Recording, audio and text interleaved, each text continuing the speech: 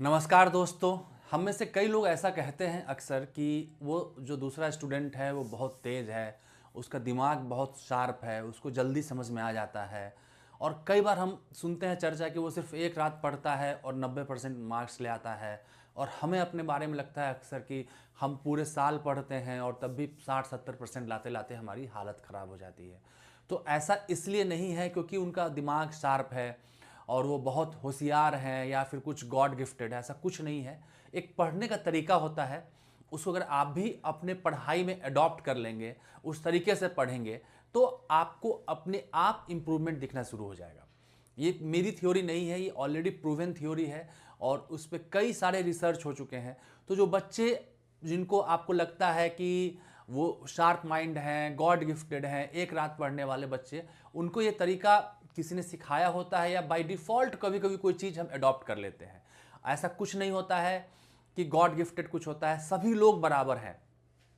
उदाहरण के तौर पे सचिन तेंदुलकर अगर बहुत ही गॉड गिफ्टेड थे तो सिर्फ क्रिकेट में ही क्यों टॉप किए, वो पढ़ाई में क्यों नहीं टॉप किए? क्योंकि क्रिकेट में उन्होंने मेहनत किया, उनका इंटरेस्ट था क्रिकेट में, उन्होंने क्रिकेट में मेहनत किया तो इसलिए वो क्रिकेट में टॉप किए। अब्दुल कलाम आज़ाद ने कई रिसर्च किए, क्यों नहीं? अगर वो इतने शार्प माइंडेड थे तो उनको हर क्षेत्र में शार्प माइंड देखना चाहिए था उनका। उनको पढ़ाई में इंटरेस्ट था, रिसर्च में इंटरेस्ट था, इसीलिए उन्होंने पढ़ाई के क्षेत्र में, मिसाइल के क्षेत्र में रिसर्च किया। तो इसलिए अगर ऐसा होता कि शार्प माइंड है, गॉड गिफ्टेड है, एक रात पढ़ने से हो जाता है, तो वो सभी क्षेत्र में होना चाहिए था। लेकिन सिर्फ एक क्षेत्र में इसलिए होता है क्योंकि उस आदमी को उस क्षेत्र का वो ट्रिक पता चल जाता है कि कैसे हम इस चीज़ को इन्हांस कर सकते हैं, कैसे हम इस चीज़ को स्मार्टली कर सकते हैं। वो बड़ी अच्छी लाइन है कि सफल व्यक्ति कुछ अलग काम नहीं करते हैं, वो हर काम को अलग तरीके से करते हैं। तो जो पढ़ने की जो मैं ट्रिक की बात कर रहा था, वो कोई ट्रिक नहीं, ये प्रूवन मेथड है। एक ग्राफ से मैं समझाना चाहूँगा और उसके बाद हम लोग और इस पर डिटेल डिस्कशन करेंगे। ये ग्राफ देखिए, ये ग्राफ जो बनाया हुआ है ये रिसर्चर द्वारा ही बनाया हुआ है कि अगर किसी भी चीज़ का आप सिर्फ लेक्चर सुनते हैं तो मात्र आपको 5% समझ में आएगा, उसको रीडिंग डालते हैं तो 10% समझ में आएगा। ऑडियो विजुअल, जैसे कि अभी आप ऑडियो विजुअल देख रहे हैं, आपके कान में भी आवाज़ जा रही है, ऑडियो जा रही है और आप वीडियो भी देख रहे हैं, यहाँ से आपको 20% समझ में आएगा। डेमोस्ट्रेशन, अगर फिजिक्स का कोई बात करते हैं कि अगर मैं आपको डेमोस्ट्रेट कर दूँ कि फिजिक्स का ये एक जैसे होता है ना, टायर घुमा के कभी कभी आप वीडियो देखते हैं, डेमोस्ट्रेट कर देते हैं, तो आपको समझ में आएगा 30%। जैसे कि हम लोग हमेशा बात करते हैं हिमालयन रेंज की, क्या हिमालयन रेंज है। जब आप हिमालय पे खुद चले जाएंगे एक बार तो आपको बहुत सारा ज्योग्राफी का कॉन्सेप्ट अगर थोड़ा बहुत पढ़े हुए हैं तो आपका क्लियर हो जाता है, तो उतनी करने की जरूरत नहीं है। कई टीचर जो होते हैं वो डेमोन्स्ट्रेट करके ही पढ़ाते हैं। ग्रुप डिस्कशन 50%, लेकिन इसका फायदा से ज़्यादा इसका नुकसान बहुत है। इसका नुकसान इसलिए ज़्यादा है ग्रुप डिस्कशन का, कभी कभी क्या होता है ग्रुप डिस्कशन में हम डाइवर्ट हो जाते हैं और डाइवर्ट होने के बाद क्या होता है किसी और चीज़ पर डिस्कशन करने लगते हैं, पॉलिटिक्स के बारे में डिस्कशन करने लगते हैं, क्रिकेट के बारे में डिस्कशन करने लगते हैं, तो इसमें डाइवर्जन ज़्यादा है। Practice by doing, practice by doing का मतलब क्या होता है कि खुद से एक बार आप प्रैक्टिस कर लीजिए। पढ़ाई के मतलब क्या हुआ कि आप खुद से एक बार जो आपने पैराग्राफ पढ़ा है, अभी टॉपिक पढ़ा है, उसको वो किताब बंद कर दीजिए, एक बार उसको खुद से लिख लीजिए, तो वो प्रैक्टिस बाय डूइंग होता है। और टीच अदर्स, इमीडिएट यूज 90% है इसमें, आप देखिएगा इसमें तो यहाँ पे आपका 90% आ जाता है अगर आप इमीडिएटली किसी को पढ़ा देते हैं। मैं अक्सर कहता था कि मेरे सफलता के पीछे एक बहुत बड़ा रीजन ये था कि मैं अपनी वाइफ को पढ़ाया करता था। जैसे मैंने आज कोई चैप्टर पढ़ा तो मैं उनको पढ़ाता था और उनका पेशेंस था कि वो सारे चीज़ें पढ़ती थी, समझती थी मुझसे, वो डाउट्स पूछती थी, क्योंकि उनका उस टॉपिक का जो उस वक्त जो नॉलेज था वो जीरो था, तो वो बहुत बेसिक डाउट पूछती थी। मुझे लगता था अरे मैंने तो इस पर ध्यान नहीं दिया। तो अगर आप किसी को पढ़ा देते हैं, कोई नहीं है तो आप अपने पापा मम्मी भाई बहन दोस्तों के साथ रहते हैं तो उनके साथ ये सिलसिला शुरू कीजिए पढ़ाने का। अगर दोस्तों कोई नहीं है तो मिरर को पढ़ा दीजिए, सामने एक मिरर रखिए, मिरर को पढ़ा दीजिए, तो आपका 90% इस पर ग्रिप हो जाता है। एक तो ये पहला अप्रोच हुआ। दूसरा अप्रोच हुआ कि आप अपने कितने सेंस ऑर्गन यूज कर रहे हैं पढ़ने के समय, ये बहुत इंपॉर्टेंट होता है। पढ़ने के समय आप 3-4 सेंस ऑर्गन यूज कीजिए। जैसे किताब आपके सामने है तो किताब पे आप उंगली रख के उस लाइन को पढ़िए। जैसे इस लाइन पे है तो आप यहाँ पे आपकी उंगली रहनी चाहिए कि एवरेज रिटेंशन रेट, ठीक है। ये हो सकता है कि बचकाना लग रहा हो, लेकिन इससे आपका जो है सेंस ऑर्गन जितना ज्यादा इन्वॉल्व होता है तो उतना ज्यादा आपका एब्जॉर्प्शन होता है दिमाग में, ठीक है। दूसरा चीज है आप बोल बोल के पढ़ें। बोलने से क्या होता है कि आपका माउथ वाला भी जो ऑर्गन्स है वो भी एक्टिवेट हो जाता है। उससे क्या होता है आपका कान में भी आवाज जा रही है, वही चीज।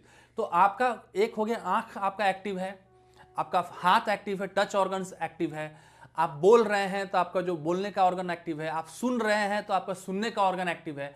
और उसके बाद उस चैप्टर का एक टॉपिक पढ़ा आपने, और उस टॉपिक को पढ़ने के बाद आप उसको इमेजिन कीजिए। इमेजिन का मतलब क्या होता है, कोई भी टॉपिक पढ़ रहे हैं आप, इकोनॉमिक्स ही पढ़ रहे हैं तो इकोनॉमिक्स में आप इमेजिन कीजिए, ओ इसी कारण से जब आप इन्फ्लेशन पढ़ रहे हैं कि कैसे किसी चीज़ का दाम बढ़ जाता है, तो आप वही देखिए कि ओके इसीलिए जो मैगी थी 10 रुपये की आज 14 रुपये की हो गई है, क्योंकि इन्फ्लेशन आ गया है। मैगी की क्वांटिटी और घटी ही है, लेकिन इन्फ्लेशन आ गया है।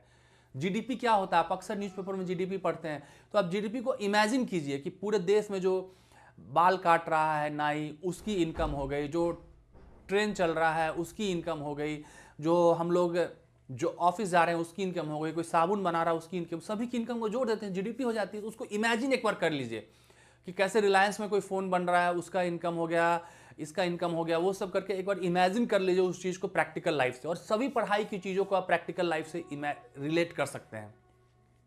तो ये जो 4-5 जो आपको मैंने ट्रिक बताया, इस चीज़ से आप पढ़ के देखिए, अंतर पड़ता है, बहुत फर्क पड़ता है।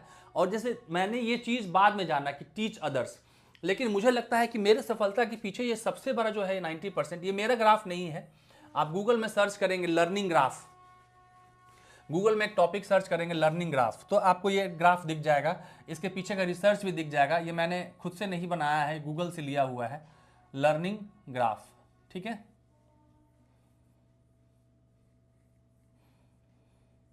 तो इस टॉपिक को अगर आप गूगल में सर्च करेंगे तो ये आपको ग्राफ, ये पिरामिड दिखेगा कि कितना क्या करने से हम लोग मोस्टली क्या करते हैं, लेक्चर सुन लिया और हमें लगता है कि हमारी पढ़ाई पूरी हो गई, और हम इसी को टाइम काउंट कर लेते हैं कि हमारा टाइम भी पूरा हो गया। आज हमने 8 घंटे पढ़ लिया, 8 घंटे में वो आपने 7 घंटे लेक्चर सुना है, मात्र 5% आपका आया। अभी मैं परसेंटेज पढ़ा रहा हूँ अपने यूट्यूब चैनल पे, तो आप समझ लीजिए कि 7 घंटे का 5% कितना होगा। जो लोग मैथ्स का मेरा क्लास अटेंड कर रहे हैं या कहीं भी पढ़े, आप कमेंट करके बताइएगा कि 7 घंटे का 5% कितना होता है, ठीक है। तो इसलिए पढ़ने का तरीका चेंज कीजिए। ये बेसिक चीज़ें हैं, लेकिन ये बेसिक चीज़ें नहीं होता है कि अगर जो एग्जाम्पल होता है हवाई जहाज़ का, कि हवाई जहाज़ को ऐसे जाना है और हवाई जहाज़ मात्र एक डिग्री चेंज होगा यहाँ से, और हवाई जहाज़ यहाँ की जगह यहाँ पहुँच जाएगा, और इन दोनों की दूरी हो सकता है, ये भारत है तो वो यूरोप पहुँच जाएगा। तो मात्र 1 डिग्री चेंज करने से आपका पढ़ाई का भी ग्राफ होता है, ये आपका होता है, ये फेलियर का ग्राफ है और ये सिलेक्शन का ग्राफ है, पास का ग्राफ है, तो थोड़ा सा चेंज हो जाएगा। तो जितने भी 2 चीज़ें आज हमने सीखा है, इस मेथड से पढ़ना है, ठीक है, लेक्चर सुनना है, उसके बाद आपको उस चीज़ का प्रैक्टिस करना है, तो आपको 75% आ जाएगा, स्कोर हो जाएगा। और उसके बाद आपको तुरंत दूसरों को पढ़ा देना है। पढ़ाना इन द सेंस, अब ऐसा नहीं है कि 1 मिनट पढ़े 1 मिनट पढ़ा दिए, 1 मिनट पढ़े 1 मिनट पढ़ा दिए, नहीं, एक पूरा चैप्टर पढ़िए, और चैप्टर पढ़ने के बाद एक लेक्चर खुद से तैयार कीजिए। थोड़ा समय लगेगा, लेकिन वो टॉपिक आपका ज़िंदगी भर के लिए अपना हो जाएगा। मैं अभी जब भी कोई टॉपिक पढ़ाता हूँ और जो मैंने पढ़ा था, दोनों में मैं डिफरेंस देखता हूँ, क्योंकि मुझे लगता है कि मुझे समझाना है सामने वाले को, तो इस चीज़ को कैसे समझा सकते हैं। तो मुझे और लगता है कि जा ये चीज़ तो मुझे छूट गई थी तैयारी के समय, तो वो उतना आपका अपना होता जाएगा टॉपिक। इसीलिए वो लाइन बिल्कुल दिमाग से निकाल दीजिए कि गॉड गिफ्टेड है, चमत्कार है, एक रात पढ़ के पास हो जाता है। उनको ये ट्रिक्स पता है। आप देखिए जितने भी टॉपर्स होते हैं उनका नोटबुक भरा रहता है, वो लिखते बहुत ज़्यादा है। मैंने भी मेंस के समय, पीटी के समय लिखा बहुत ज़्यादा था। जब भी मैं टॉपिक पढ़ता था, उसको नोट्स सोचता था कि नोट्स कहाँ से मिले, अपना नोट्स बनाऊं। तो मैंने कई बार तो पूरा का पूरा किताब छाप दिया उसमें, कुछ टॉपिक्स में, पूरा किताब इन द सेंस उस टॉपिक के बारे में पूरा का पूरा लिख दिया मैंने पढ़ने के बाद कि मैं इसको रिवाइज करूंगा, ये करूंगा।